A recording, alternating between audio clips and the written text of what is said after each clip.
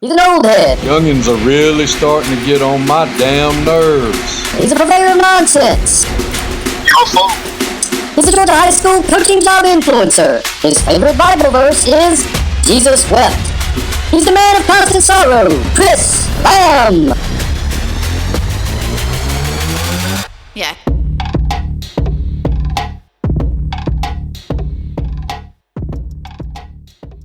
Sun Coaches is proud to partner with Titan Sports for the next 4 seasons on Sun Coaches podcast. Titan GPS delivers technological superiority and improved player performance through wearable GPS made for high school football and strength and conditioning. From speed training to athlete recruit to workload enhancement, Titan is the easy-to-use yet comprehensive GPS tool to get it done. There's no minimum to get started, and Titan will walk you through every step to success. Message us on X at Titan Sensor to learn more and get in touch. Welcome to Sun Coaches Podcast, Season 4. And today we've got Coach I met at GACA All-Star Game. We've talked back and forth online all the time, but I finally got to meet him in person and quickly became one of my favorite guys I've ever gotten to hang out with. He's currently the head coach at Pickens County High School, Coach Coach Bennett. Thanks for being on with me. Well, thank you so much. It's an honor to be a part of this, and I appreciate it. Well, Coach, tell everybody where you actually grew up and went to school. Well, I grew up in Forsyth County. It's definitely has changed from where I grew up. Went to Forsyth Central High School, and I had probably a unique high school situation, which a lot of people forget that Danny Cronick was coaching in Forsyth, and I got to play for him for a little while. That was fun. I mean, he was. I don't think he's changed much since we played for him. My brother played for him. I played for him. And probably didn't even realize at the point when you're in high school, you don't realize what a kind of a legend guy you're playing for, especially in that the wing T world. Then Phil Knight came in after that, and he had won a lot of games down in Lithonia. So I had a great high school. I didn't say career, but just really felt like the coaches. They were both, older guys that you could learn from, and got to play for two legends. Yeah, and that's what like I still, Coach. It's crazy. Phil Knight is still alive, and he had retired when he took the job at Forsyth Central. So I don't know how old he is, but Tommy Jones and I had talked about him at a clinic about 2 years ago, and he said his family and Coach Knight's family, they were all big friends and stuff like that. So he said, Coach, he's still alive. He's in a not a hospice, retirement home or something like that. I'm probably saying it wrong, but in Gwinnett County. So I drove out there. I spent 2 days with him. Didn't remember much. Didn't remember me, but he was a great one, and still owe a lot to him as to how I got into this business. It's a crazy business we're in. It's changed so much, but what all did you play in high school? I was a quarterback. I mean, did you just play football, or did you play other sports? Or I played football. I played basketball and track. Okay, because I always ask people that because to let younger guys know that there was a time when we played everything. You did. Yeah, it wasn't specialization back then. Yeah, and it was easier. We were just talking about that the other day. It's really, really hard for a kid to play 3 sports now with the way the calendar is. And, we had a lot of breaks, but my dad always said, we raised chickens. And he said, y'all just play sports just to get out of doing work, which was partly true. Excuse me. So I left there, and I ended up walking on at UTC. Crazy part of that story is me and Terrell Owens came in together. Really? And we still talk to this day. We were pretty good buddies. Freak athlete, great teammate. You see all the things on him, and you think what a jack face he is. And I don't know that you could find a better teammate.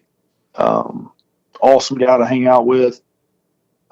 He wasn't all there now. I'm gonna be honest with you. But well, people that are generally that talented aren't I mean, even if they're artistic, they operate on a different wavelength than most normal, quote unquote normal people, you know? No doubt. I mean, they're just different. I mean, yeah, he was different. I mean, the first day, I think he got in trouble. Somebody said something to him, and he threw a glass ketchup bottle at him. Just, he was always in trouble, late for meetings, but he was such a talent. And you just realized it so soon, like it was immediate. So I ended up playing a little bit there. I moved over, found out I wasn't a college quarterback. I got there and I was 7th string. Didn't even have, I tell people all the time I didn't get a stretch line. I had to go stretch on my own. Which I knew. I mean, we ran the split back rear and the wing T, so the throws I made were backwards. It's most of the time. So moved over to safety and ended up I got to play a little bit. My first college game, I got to fly out to Boise State and play on the blue turf. That was a neat experience. Oh, that is cool. It was blue. It was the old AstroTurf. That's not so cool. That was not so cool. I thought it was going to be cool. It was not. Didn't play a lot, but I think I played in 4 games that year. I ended up transferring to West Georgia. My brother was actually playing down there. Ended up transferring and finishing out my career down there. Played for 4 years down there. Who was your head coach at West Georgia? So Charlie Fisher had just came in. So I was with him. Jeff Farrington, Glenn Spencer was on staff there. If you know Glenn, yeah, Coach Spencer, yeah, great guy. I loved him to death. You played with some dudes too, didn't you? Oh yes, there's a ton of us that are out there. Chad Walker, I know he's assistant coach down at Stars Mill. Jay Cawthon at Eastside, John Small at East Coweta, Byron Slack at Cook. They're everywhere. Play with all those guys. Josh Lovelady at Mill Creek. There's a lot of guys that I played with, fortunate enough to play with. They were a lot better than me, that are doing really, really good things in the coaching world. So yeah, me and John Small grew up together. He went to West Side. Okay. And he's one of my favorite guys, I'm telling you. Yeah, I went to Lakeside Evans, and we kind of grew up competing against each other. And that joker was so freakishly athletic for a big person. He could hit a baseball like 9 miles. And he was so good at everything. I mean, if you just I swear he could probably hit a golf ball 8 miles. I wouldn't ever tell him you said that, but well, I'll say it. I don't care. I mean, he didn't like me growing up, and I didn't care for him, but it was more, it had more to do with the fact that he was good. I mean, and our schools didn't like each other. I mean, we didn't personally know each other, but we gave each other hell on the field. And I can tell you why he didn't like me because I ran my mouth all the time. Imagine that. And I didn't like him because he was good. Right. But I mean, I got no problem saying it. He was a freak show athlete. I mean, because he was so much bigger than us, but he could do things like a little person. I mean, I would imagine if you handed him a ball and a stick or anything that he could probably, he was probably good at pool. He was probably good at tennis. I mean, I would imagine. I mean, I just saw him play baseball and football, and I know how good he was at that. But anyway, sorry. Yeah, no, he's a great friend. And he's a heck of a football coach. I know that. Yes, Rich Finley was with us. Andy Dyer. There's a lot. Oh yeah, y'all had some dudes. One of our coaches played with y'all, Bob Yavac. Yeah, he was a little older than me, but he played with my brother, and I remember him. Yeah, Big Yay. Yeah, y'all had some dudes come through there. I know he's a little bit older too. Tim Glanton, he played at West Georgia. Tim, yeah, Snake. Yep. Yep. Snake. I remember watching him. Like I'd, go watch my brother play, and he was a couple years older than me, so got to watch him for a few years. But so you had a good time at West Georgia.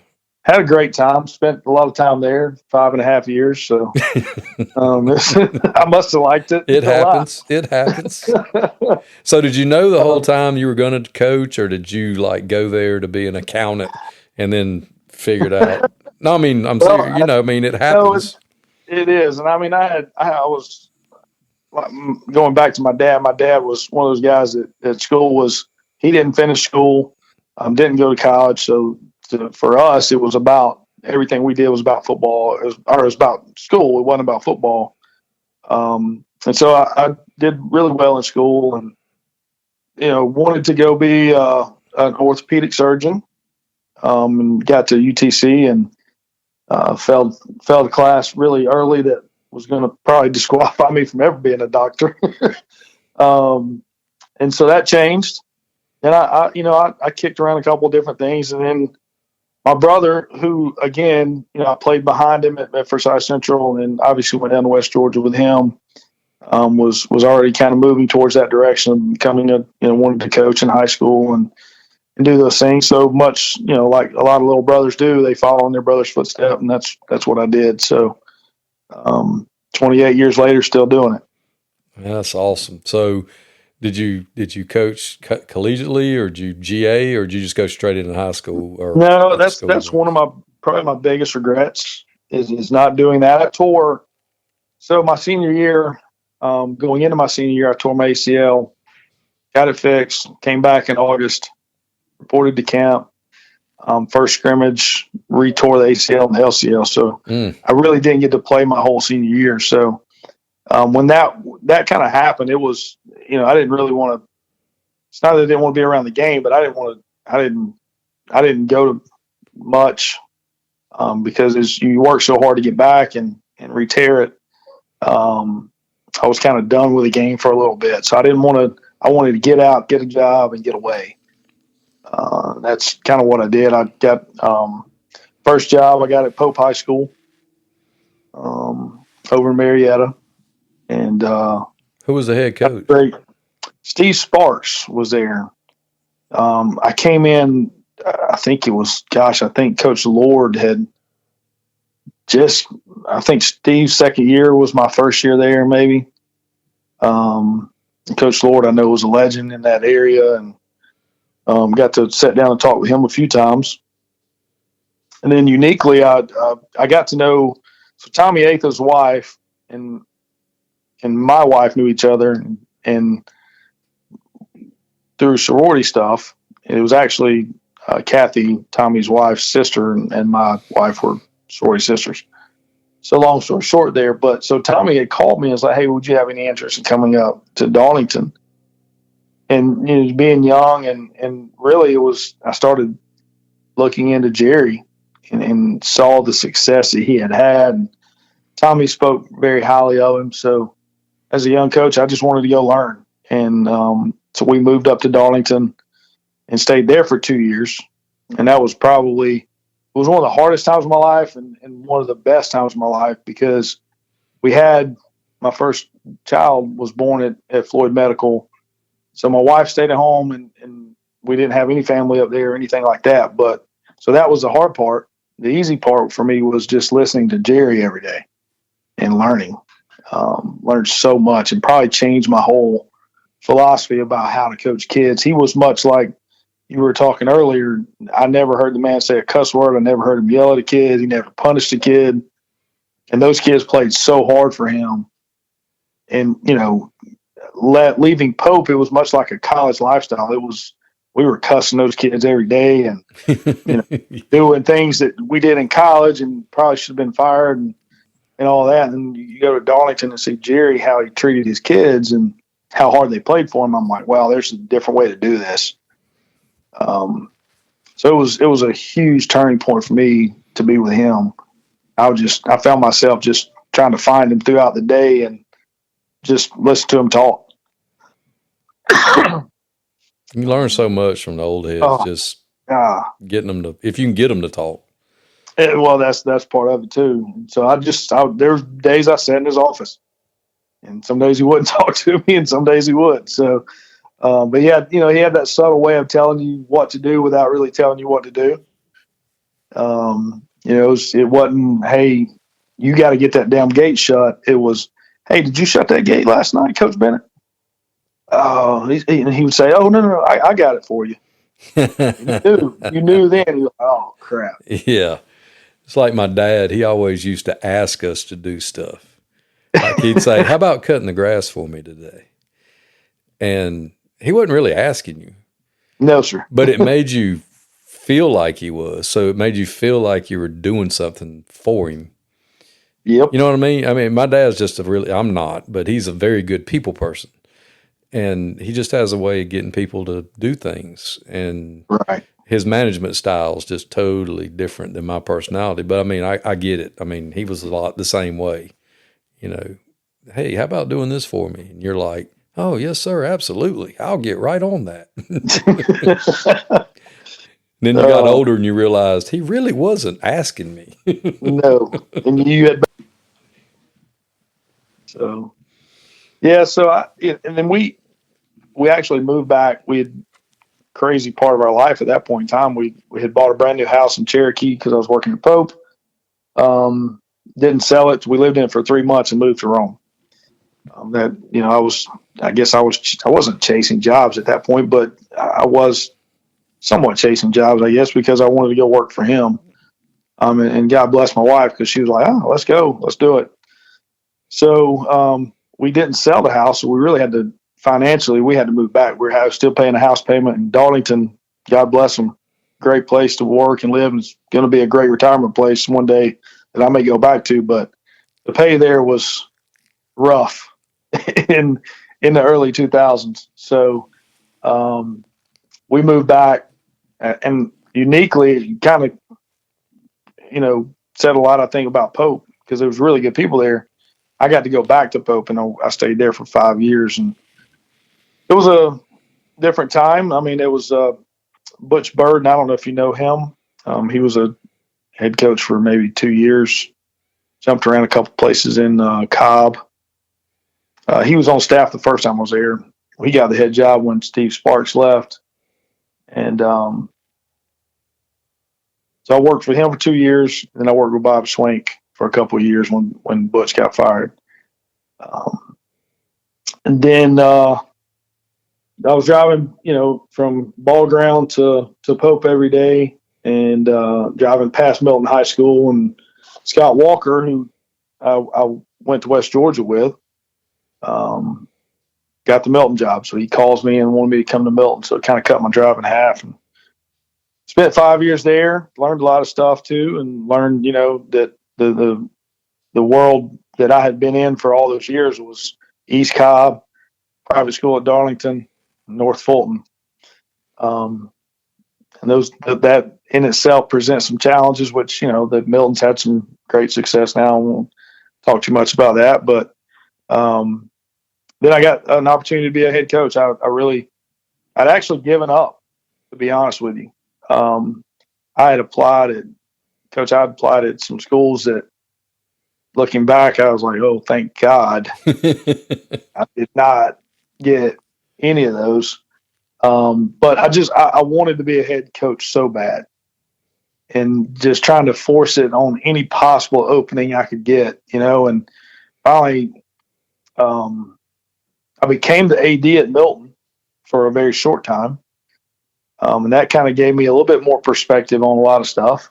And I just said, you know what? I'm going to stop pursuing jobs. I'm going to stop, throwing my hat in the ring for every job that came open. I'm just going to sit back and see what happens. I was coaching girls basketball and the AD. I'm still an assistant football coach. And then all of a sudden I get a call from the principal at Cambridge. So they had hired a coach, and he didn't quite make it to the school being opened. I think they hired him in February and fired him in May. And he called me. I was at graduation. He called me and said, "Hey, do you want this job?" And so sure, I'd like to talk about it anyway. So anyway, just kind of took the job, and what a great and rough 12 years when you open a school. So you were the first coach at Cambridge? Technically, yes. Well, I mean. Yeah, I opened the school. Gotcha, yeah. In 2012, and we had, they had already made the decision to play a 4-region schedule. Yeesh. There was no, I I think we have 4 seniors on the football team. Only one of them had ever played football. Yeah, I've said it on here before. My high school opened my freshman year, and I thought that was cool. And I always thought it would be neat to coach somewhere that was opening brand new. But we didn't play a full region schedule when I was right. I mean, that's crazy. It was brutal. I'll tell you a funny story about that. We went to scout. We were at North Forsyth High School. They were scrimmaging Riverwood. We were going to play Riverwood in the first game. Sitting in the bleachers beside one of the seniors, and he's like, "Oh, coach, this looks familiar. I think I sat right around here last year." I'm like, "What are you talking about?" So you weren't playing? He's like, "No, I didn't play. I was in the marching band." I was like, "Oh, okay, Sweet, sweet. This is good. This has turned out really good. Awesome." So we struggled that year, obviously. We 1-9, and those years will test you and humble you in ways that you didn't realize you could be, and just it was. I'll tell you the crazy part about it. It was in the metros area, new coach, new school. I bet I had 15 trainers come by every week. We want to train your kids. We want to do this. We want to train your quarterbacks. We want to train your speed. And it was overwhelming. And I'm one of those guys, like, I'm not letting anybody else touch my kids. And I may not do it right, but I'm going to do it, my way. And what system is Cambridge in? It's in Fulton. Okay. So it's a North Fulton or Northeast North Fulton that you can get. So, but anyway, I say that, that starting that region schedule was tough, but that first group of freshmen, we started 13 freshmen that year, which, how tough that is in 5A. We were in 5A at that point, but that group, their third year, their junior year, we went 7-3, back-to-back 7-3, and then went to the playoffs in our fifth year. Then we hit a spot where it was tough. I mean, it was, I think we had a 3-7 year, 4-6 year, another 3-7 year. And just really was struggling. I was struggling, the kids were struggling. I mean, it was just one of those, I think we had tried to do things everybody else's way. And I think there's some schools, and I say this about Cambridge, you got to fit what you do and how you do it to those kids. Because every one of them are very affluent for the most part, and they didn't need football, great kids. I think I had one kid ineligible in 12 years. And so there was a lot of really, really good things about it. We weren't producing, I think we had a kid go to Army, New Hampshire. Weren't producing a lot of Division I athletes by any means, but they seemed to work hard. And so anyway, long story short, I mean, I think I don't know what year it was, or 8th or 9th year. I think we went COVID year. It was a COVID year. So 2020, we squeaked into the playoffs and we beat Kell. And then by beating Kell, we had a chance to go play Buford. Congratulations. That was fun. That was unbelievable. I mean, it was, I've never seen a team like that. And they actually won it that year. The next year, we bring a good group back. Got in the second round again. And the second round that year, we got to play Lee County. Sweet. Yeah. So, and we took them to the brink. It was a 3-point game. We had a really, really couple good players, and which Lee County had some dudes. Then the third year we made second round and got to play Cartersville. So I was like, man, that's the toughest second round draws anybody could have in a 3-year span, Buford, Lee, and Cartersville. So Really just, got to the point. It was just time, I wasn't looking. It was a great place. We had great kids. We didn't have a lot of issues. We didn't have a lot of things going wrong. We, like I said, we were going to have to fight every year to get in and maybe get to the second, which they did a tremendous job this year. They went a third round, played some really good football. Tyler Jones did a phenomenal job with that group. So I was happy for them.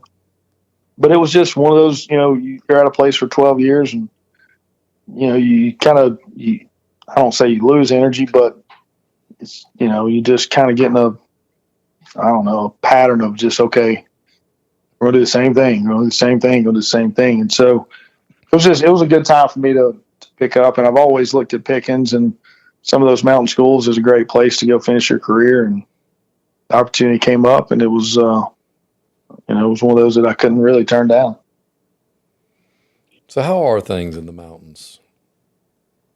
I like mountains. Oh my gosh. I'll say this, and I think you'll understand this. You've done this a long time, and spending 17 years in Fulton County, 8 years in Cobb County, big systems, like zero common sense, and not necessarily your building or your teachers or your. Oh yeah. They answered up. Yeah, right? They're part of this. Yeah, they're just part of the no common sense. Yeah, they can't. They answer to somebody else. Yeah, and that is the most refreshing thing at Pickens is I'm sitting in the faculty meeting. They're talking about things and policies. I'm like, oh my God, that makes sense. that would never happen in Fulton County. Yeah.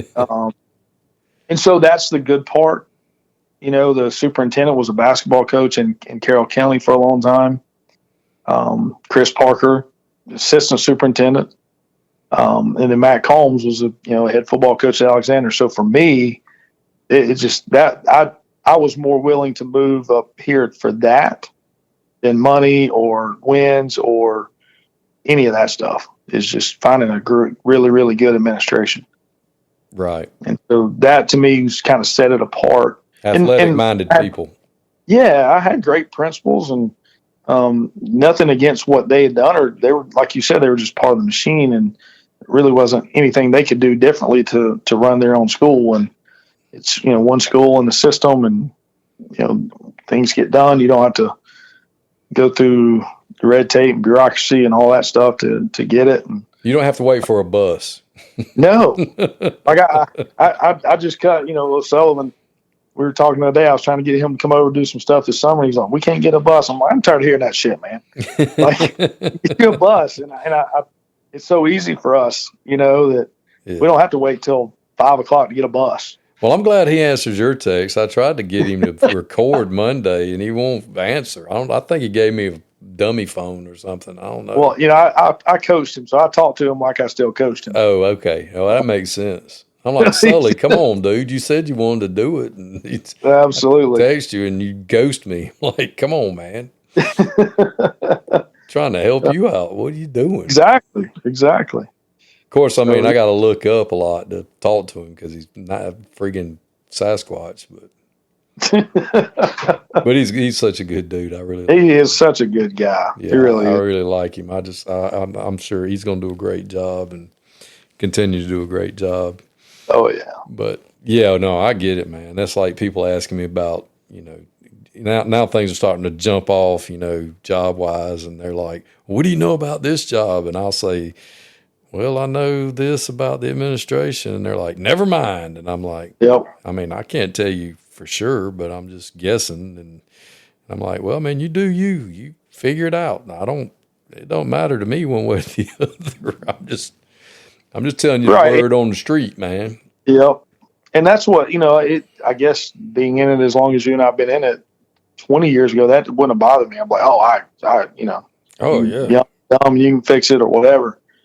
Now I'm like, man, I got to be really careful with where I go. Well, we talked about it with a lot of other Metro guys. Like I had Mario Drayton on us at McNair, and we were talking about the facts that, guys that are and you were in Metro for your whole career, or most, 98% of it. Yeah. And people that aren't, they don't understand what it's like when they tell you, we can have you a bus at 11 or at 5. Right. And you're like, okay. And, or when you're in a one school system and they're like, just send us your schedule and we'll have a bus over there and you can drive it, or, we'll have a driver for you. Or, and you're like, what? Yeah, we got a bus that sits over here that's just for that. Yeah. And it's like, once a week, something like that comes up, and I'm like, oh, really? I'm like, yeah, just tell us what you want. We'll get it. All right. I'm not talking about, anything other than, but it's just simple things like that. Yeah, common sense stuff, like getting the children to where they need to be for the competition. Absolutely. Well, it was funny when we had the hurricane. This is a great example. So, we were out of school those days or whatever, and Pender from North Hall, we were playing them. We were supposed to play them, and he calls me and he's like, hey, they're not letting us practice Wednesday, Thursday, or Friday. I'm like, well, that sucks, but they're going to let us practice. And they called us and said, yeah, you can get on the field and go practice, which they beat us anyway. But, there's things like that. Is all county, you got, 6 or 7 schools, and they wouldn't let them do anything. Yeah. And then, again, common sense is just, it's so nice. It really is. Yeah, not have to deal with that kind of stuff. So. And the people are tremendous. I mean, they've been so supportive. Just a small town feel of, they shut the town down one night for a homecoming parade. We got a bunch of flags put up in all down through Jasper, so all the stores put their flags out on Fridays. Just to me, I'm saying this in a way, it's the South Georgia feel in the North Georgia mountains. Right. The novelty of it. Right. And you didn't have that at Cambridge because, 3 miles down the road, you had Melton, 4 miles down the road, you had Alpharetta, you had Kings Ridge and all them. You never had a sense of community. Right. Based around your school. Right. So.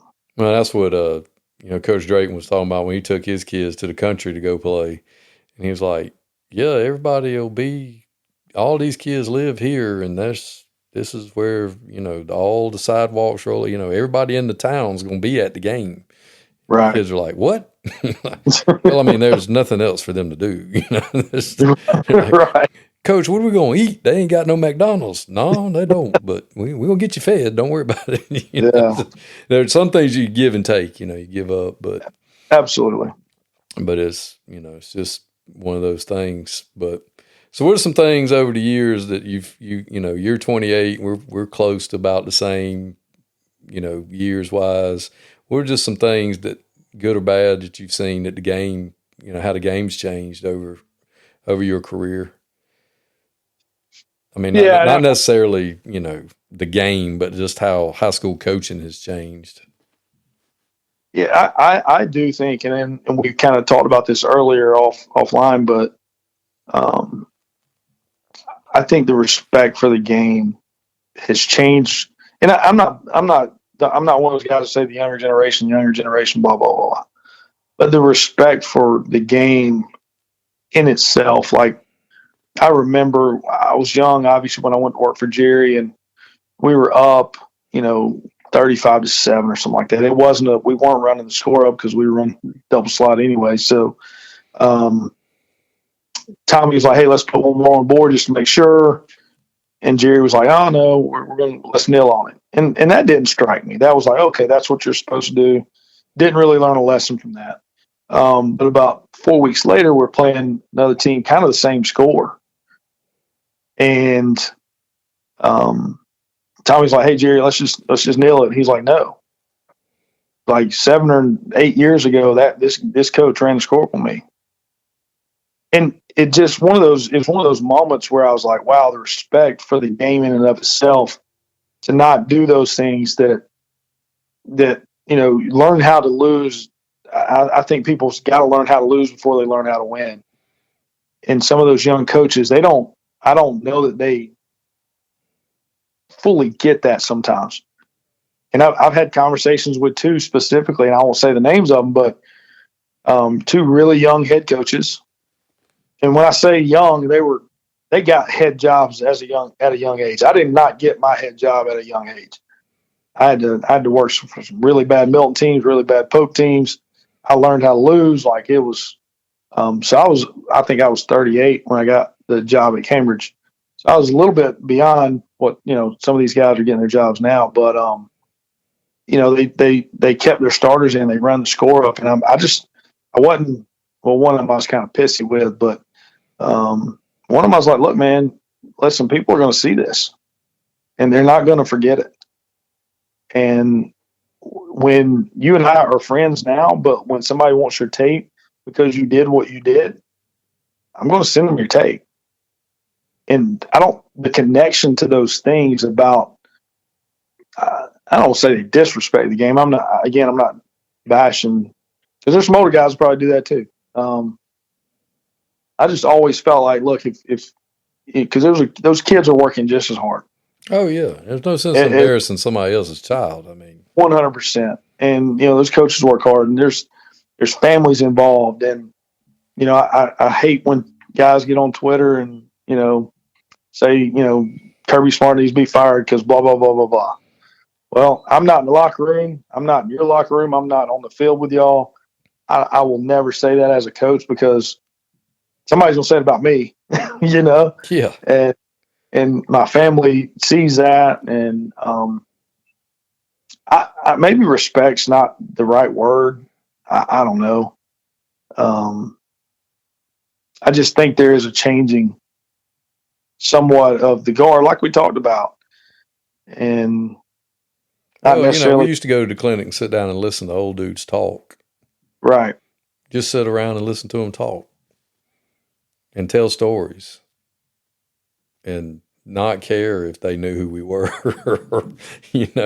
Who are you? I'm nobody. I'm over here in the corner. Pay no attention. Just don't pay any attention to the man behind the curtain. I'm just listening. Didn't want to have a voice because I was probably going to say something stupid anyway. Yeah, no. What do you think? Nothing. Exactly. I have nothing to contribute. And then I think, the recruiting stuff, which I think has always happened. I don't think there's ever, and when I first got into it, I had a cousin that was working at Thomas County Central, and they were always, playing Marist. Seemed like there was years there. It was those two playing for the state title or playing to get to the state title. And, I would hear from my cousins, Marist recruits this, Marist recruits that. And then, going to Darlington, I was like, man, Darlington really don't recruit kids. We were playing with some little ones and some slow ones, and so it changed my perspective on the privates. Like I don't think the privates now are an issue. It's, never have been. They do never have been, really. Do what they do because Marist. I mean, listen, you have to get in school there, and they don't have to recruit you. And they're not going to change their admissions policies. They're not changing their admission, and they're going to run the same offense as long as coach is there, right? So it's not an appealing thing for what people want, the sexy part of football today, but they win, and he's won for 40 straight years. So I don't. When people talk about privates now, I'm like, listen, man, don't even go there, because there's city systems and some metro teams that are way worse than those privates everywhere. And so I think I hate it. I hate it because it's, like you and I 20 years ago, you could look at a team and go, man, if we had a good group of kids come in, good cycle of kids, and that had worked hard, and we had some breaks here and there, we can make a run at it. And I just don't think you can say that today. No. I think every class you can pick 5 schools and you would just about be 100% correct. Okay. There are no, Cinderellas anymore, I guess. No, you pretty much know, going into it within, there might be one team that goes around further than you might have thought they were going to go, but right. It's disheartening. It And is. it's getting to where even in lower classifications, you're getting to a point where you're like, really? I mean, used to you could go, you get into smaller classifications and you're like, okay, now this looks more like something I recognize. Right. But even now, you get into lower classifications, you're like, I imagine people from other states go, that's a double A team, or that's a Right. single A team, or what, whatever it is. I'm sure people from other states probably go, good Lord, have mercy. Yeah, because you get one or two in that level, you can be really, really good. So Yeah, but they're you not run into getting a one or team that's two. got 11. Exactly. They're in the state championship game and they start calling out their commits and where they're going. You're like, good Lord, how did they Right. lose any games? Or, no wonder they didn't lose any games. How could they lose any games? But, it's just the way the game's changed. I mean, it's just, Yeah. it's so much different than when we started as far as, it's turned into, I call it travel ball. It really has. Just let's collect a group and get them together, and it's just the way the game's changed. And I'm out. I can't operate that way. I mean, not with people that expect you to win. I mean, if you're not willing to do that, if you're not willing to commit to those types of resources and to what it's going to take to compete at that level, but you expect those kind of results, then you need to really get out of my face. 100%. Now, if you want to compete at that level and you're willing to compete and put those resources into it, then by all means, you can say whatever you want to if we're going to do the same things. Exactly. If we're going to be equitable. But if you think I'm just going to roll in there with, class of 27 and this is who's in the class and there ain't going to be nothing else in it, and that bunch over there is going to get who they need, no, dog. No, it don't work. I can't operate like that. And it's not just football. I mean, it's every sport now. Oh yeah. It's everything. I mean, I'm not. I'll just show up with my same old little ragtag group. And we're gonna play hard and see what happens. Because I mean, that's just I can't. I mean, that's a lot of why I'm out. But the game just changed. And yeah, the hard part is at the end of the day, you can say, well, this school is 5-5. People's perceptions, oh, they're not very good. Their coaches are bad. Well, not if they're playing the school down the street that is getting those 15, 20 kids. People see records and they automatically go or assume coach is bad, players are bad, system, whatever. That's, and then on the flip side of that is like, all these guys are getting 20 kids in, the respect that they get. And I'm like, well, shit, let them come coach some of the teams I had at Cambridge. If they're that good, let them coach the kids that were there when I first got there. Yeah, put them all together that's doing the same thing, and then we'll find out. You know what I mean? We talked about it at the GACA thing. My grand scheme for fixing everything. Listen, I've parlayed that out to many people. Put them all together. I thought it was brilliant. Put them all together, and then we'll find out. I mean, then now y'all are all doing the same thing, so we can't be any crying about whatever. Y'all are doing that. Boom, good, congratulations. Now we're gonna find out because, they had 20 Form Bs. Well, you do too. Yep. Go get after it. You better figure it out, y'all. You better do a better job of getting them in then, or whatever. Whatever. But so if you go into your interview this year, and let's get to this part. What's your coaching philosophy? What do you sit down and tell people? This is what I believe when you sit down and talk about. I'm going to build a program or whatever. 100%. I think Jerry kind of molded me into this. And we all say it. I mean, and I know it's important to everybody, but everything we do is based on relationships with our kids. I don't sit here and go, I'm this offense or this defense because hell, everything I got I've stolen from somebody. So, I'm not going to wow you with any of that. but 100%. The success I have a little bit, I haven't had a lot, just a little bit of success, were the groups that we had great relationships with, we built great relationships with. They were at my house.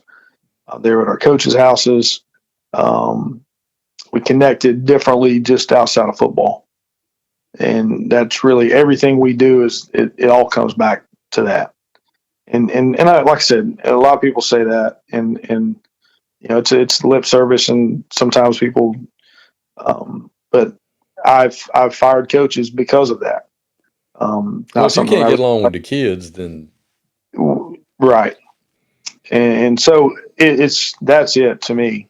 That's why I got into the business, because I had a coach in high school that did the same for me and changed some things that I was doing. And, I just think that's so important in today's world for these kids to have a coach that they can have that relationship with. And well, there ain't no doubt. I mean, I tell people all the time, I may be the worst, fill in the blank, but I'm pretty doggone good with youngins. Right. I mean, I'm good with kids, and I don't really get along real good with adults. But I'm real good with kids, and the lower on the totem pole those kids are, which gets them closer to me, the better I am with those kids, and the more I can get out of them. And I agree with that 1,000%. Like, I've never coached the places you have, because I couldn't coach at a Cambridge. I couldn't coach somewhere where the children were affluent and didn't need me. Right. You know what I mean? They're going to succeed. You know what I'm saying? I couldn't do that. But I agree with that 1,000%, because 98% of these kids, they're going to go be good husbands, good fathers, good brothers, good workers, hopefully good citizens. Right. And building those relationships, I think, you're dead on with that. Because, I mean, they're not going to play in the NFL. Odds are. No. Or Major League Baseball or the NBA or whatever. If they do, great. That's fantastic. But, odds are probably not. Probably not. I think, like 28 years, I think I have, and again, not that I've coached, I've been a part of staffs that coached, I want to say 4 total in 28 years. Yeah. And that's more so the whole than people think, I had a buddy of mine, he goes, man, I love listening to these things because everywhere he's been, all he's ever done is win. Right. And he's not a head coach. He just got in with a good group, and he won when he was in high school too. And he's like, man, it's just awesome to listen to these guys coach. I can't imagine what it's like when you're in the summer and you go, man, if we work really hard, we can win 4 games. And be realistic, and right? He's like, how do you get them to? He said, man, I love listening to these guys talk about how you get them to. He's like, I don't even know what must that be like? And I was like, man, I got some bad news for you. For 85% of us, that's what life is. Mm-hmm. And then, every now and then you catch a year where you win 7 games or you win 8 games and you make the playoffs. Yep. And you're like, oh my God, you can run around with your underwear on your head because you made the playoffs. Exactly. I said, you guys, that's all you ever do. You don't remember or know what it's like to, I said, man, some of the most fun I've ever had on staff was going 1-9, Right. And you worked as hard as 1-9 as you did when you're 9-1. Yeah. And they look at you like you've grown a second head, and you're like, no, I'm serious, man. We had a large time. The kids were great and they worked hard, and we just weren't very good. That's just what it be sometimes. Yeah. It just bees that way. Ain't nobody's fault. That's just the way it worked out that year. It doesn't keep you from working. I mean, you don't quit pushing them and whatever. Because there's still lessons to be learned from. Like you said, you got to learn how to lose before you can learn how to win. And I'm not saying you embrace it, and I'm not saying it doesn't suck, but there's only one trophy for a reason. Yep. You know? And it's just, I don't know. I was just interested to hear, your philosophy on that, and how things have changed over the years. I know technology. We laughed about that. How that's such a big thing these days, and what these young guys like today. I had to show a class today that they had to do some kind of little project and make the Google slides or whatever, and they couldn't even. At the end, I was like, guys, just go to Wikipedia and copy. Good Lord, y'all would have. I don't even know how y'all would have made it when we didn't even have this. They're like, what did you have? How did you do it? And I'm like, we did this thing called Read. Yeah, encyclopedia. Yeah, we had a thing called the Dewey Decimal System. You had to go to this thing called the Card Catalog, and it sucked. And you had to know your alphabet. Well, and from a football perspective too, like, there's how many nights I've sat in a McDonald's parking lot waiting to trade VHS and DVDs, and these young guys are like, what do you mean you had to trade film? Like, I didn't send it on Huddle? I'm like, no, we didn't have to. Huddle. We had to go dub them, cut them, take them over to an hour away to meet somebody. Hopefully they got theirs done on time. And well, that's like the first time ever I saw somebody get on Huddle and make a trade copy. And they were deleting stuff. Oh, shoot. And I was like, what are you doing? He goes, oh, I don't want them to see this. I'm like, you can't, what are we doing? Oh, everybody does it. And I'm like, no. You don't purposely send them a bad. Are we doing that? Apparently. Oh my goodness. And I can't, that just blew me away. I'm like, y'all do understand that we're not getting paid millions of dollars to do this, right? I mean, this is right. This is not, the first time I saw somebody do that. That's when I knew. I was like, yeah, I don't know how many more years I got, because I can't be a part of that. That's just different for me. Now, I'm not saying it didn't go on back in the old days too, but come on, man. It's probably a lot harder back in the old days. Yeah, it's probably, exactly. I think I've seen somebody try with a VHS and it was like, oh my God, we're not doing this. Like, what are we doing? Like you said, yeah.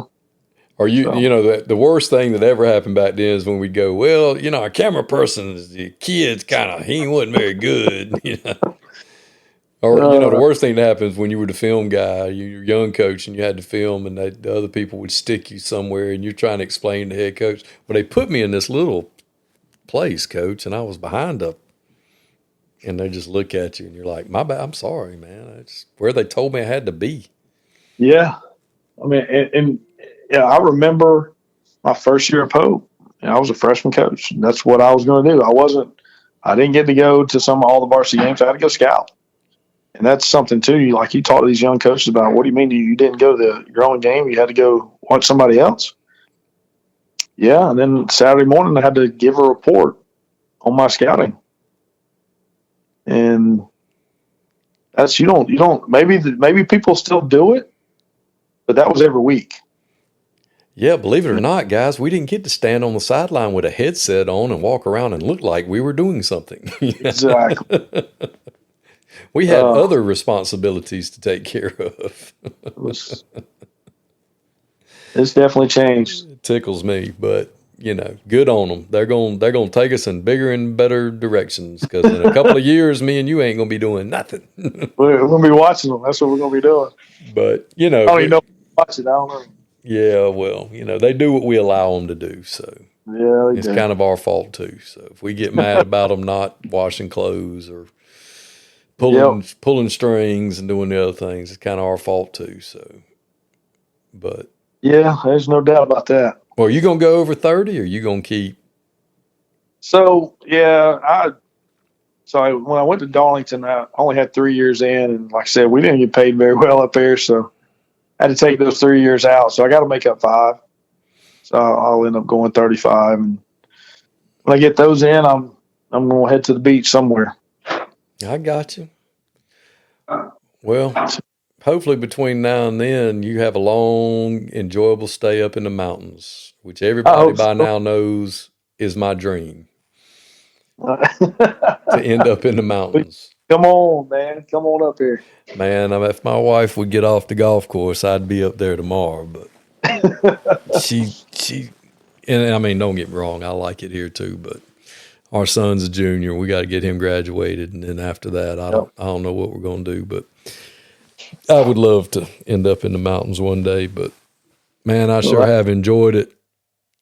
I have enjoyed watching you do what you do and listening to your story, and I hope you get these 7 years at Pickens and win the mountains and get those guys on track. I know you're going to be provided with everything you need to be successful up there and be around good people, and the job you've done, places you've been, is a testament to you know what you're doing, so that's not the problem. So.